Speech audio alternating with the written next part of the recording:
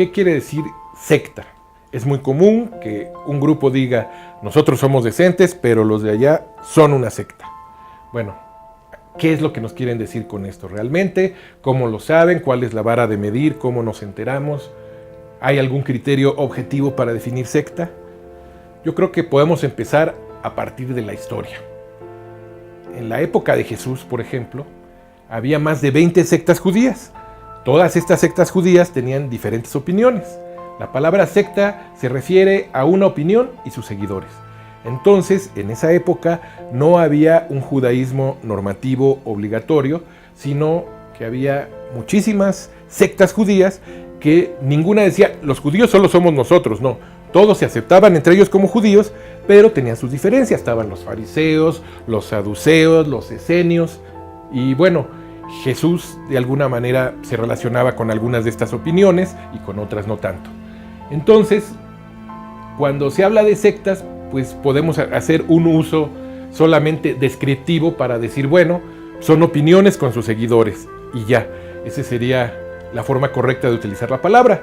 Pero generalmente la gente que tiene poder y que quiere aumentar ese poder y conservarlo, utiliza la palabra secta como una forma de manipulación para decir que los demás, como no hacen lo que yo quiero, entonces están mal y hay que reprimirlos, y hay que prohibirlos, y hay que sacarlos, y hay que hacer cosas. Entonces, ¿qué es lo que realmente sería secta? Por ejemplo, muchas veces hay gente que desconfía de los judíos, que dice, no, los judíos, quién sabe qué nos quieren hacer a los que no somos judíos, y empiezan con los chismes, les echan la culpa de lo que pasa mal, etc. Pero bueno, realmente, si nos damos cuenta, el mismo Jesús fue un judío desde el día en que nació hasta el día en que murió. El cristianismo es algo que se inventó con Pablo y otros, más o menos 7 años después de que había muerto Jesús. Entonces, Jesús nunca fue un cristiano. Ahora, los primeros cristianos no eran tan diferentes de los judíos, aunque había muchos gentiles dentro de este grupo. Adoraban en la sinagoga junto con los judíos hasta el año 80, o sea, se consideraban un grupo judío más que, a diferencia de las otras sectas judías, ellos asumían que Jesús era un ser divino, un ser sabio, un ser especial y diferente, y trataban de seguirlo. Esa era su diferencia con los otros judíos, que bueno, ellos veían como su máximo ejemplo moral a Moisés y no a Jesús. Pero sin embargo, todos adoraban junto cada Shabbat en la sinagoga. Ahora, cuando hay una serie de acontecimientos históricos difíciles y luchas ahí en Palestina, pues los judíos terminan enemistados con la secta de los judíos cristianos y los corren de la sinagoga. Entonces, durante varios cientos de años, los cristianos se reunieron y adoraban en casas. Y solamente hasta el año 230 fue cuando se construyó el primer templo cristiano, la primera iglesia. Entonces, pues, ¿qué es una secta y qué no? Pues es algo que se presta a muchas interpretaciones. Inclusive, hablando solo del movimiento cristiano, pues en ese entonces había muchísimas interpretaciones y visiones diferentes de lo que era el cristianismo. Había cristianos que no consideraban que Jesús fuera divino, solamente lo veían como un gran profeta, un gran sabio, un mensajero divino, hasta ahí. Y bueno, había otros que lo veían como Dios, pero decían que no era humano. En fin, hubo muchísimas opiniones y todos se consideraban cristianos. No era una que fuera secta y los otros eran los buenos, sino que se fueron construyendo diferentes movimientos, diferentes opiniones. Y bueno, cuando alguien logró tener suficiente poder, pues fue cuando se dijo, el que no opine como yo, no se la va a acabar. Y entonces empezaron a reprimir a los diferentes. Entonces, hablar de sectas hoy en día, ¿quién es quien nos habla de sectas?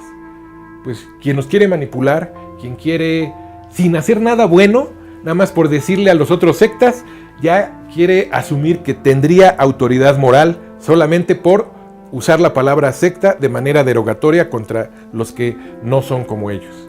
Entonces, algunas iglesias dicen, es que nosotros tenemos el único ritual, la única doctrina, la llave del cielo, cualquier cosa así.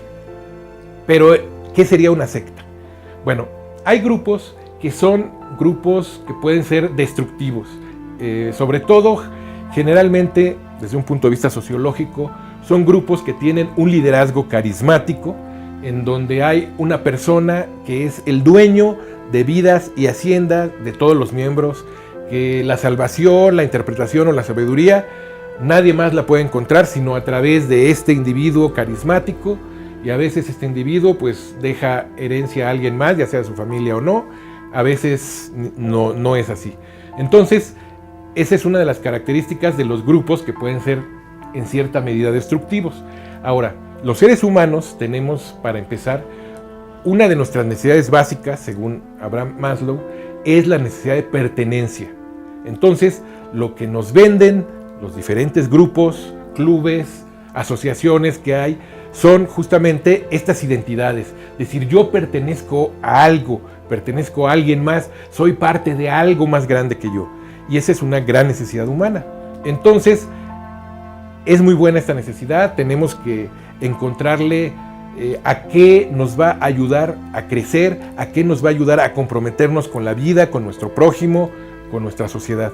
Pero también hay gente que puede abusar de esta necesidad de la gente para decir, no, mira, nada más nosotros sabemos que los ovnis van a traer la verdad dentro de 20 años, entonces, ¿sabes qué?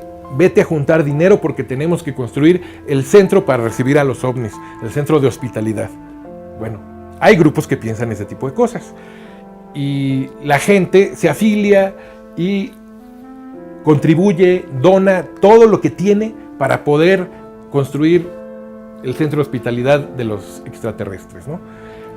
Bueno, hay gente que inclusive deja de utilizar vacunas, deja de utilizar medicina, porque creen que su líder es un sanador espiritual que va a poder curarlos simplemente con alguna magia que solamente este líder posee o que solamente este grupo posee. Entonces, bueno, eso pues puede terminar dañándonos. Entonces, aquí creo que todos tenemos la obligación de ser conscientes de dos cosas. Por una parte, de ser conscientes, educarnos sobre lo que son los fenómenos religiosos, cuál es su historia, cuál es su riqueza, cuál es su diversidad, y poder entenderla y aceptarla y poder interpretar los grupos que conocemos, los grupos que vemos hoy en día dentro de este contexto. Y por otra parte, de conocernos a nosotros mismos, de ver cuáles son nuestras necesidades más acuciantes y de entender también que si hay algo que nos controle demasiado, que si esta necesidad de pertenencia es demasiado grande en mí, pues entonces tengo que tener el doble de precaución que los demás cuando me afilie a un grupo o me acerque a un grupo que me prometa esa pertenencia a algo muy grande, muy bonito, maravilloso, a una verdad especial. Y bueno, todos podemos buscar estas verdades, es parte de la condición humana buscarlas. El punto es ver cómo lo estamos haciendo. Quisiera concluir con un mensaje de Mark Twain que él decía: júntate con los que busquen la verdad, pero huye corriendo de los que ya digan que ya la encontraron.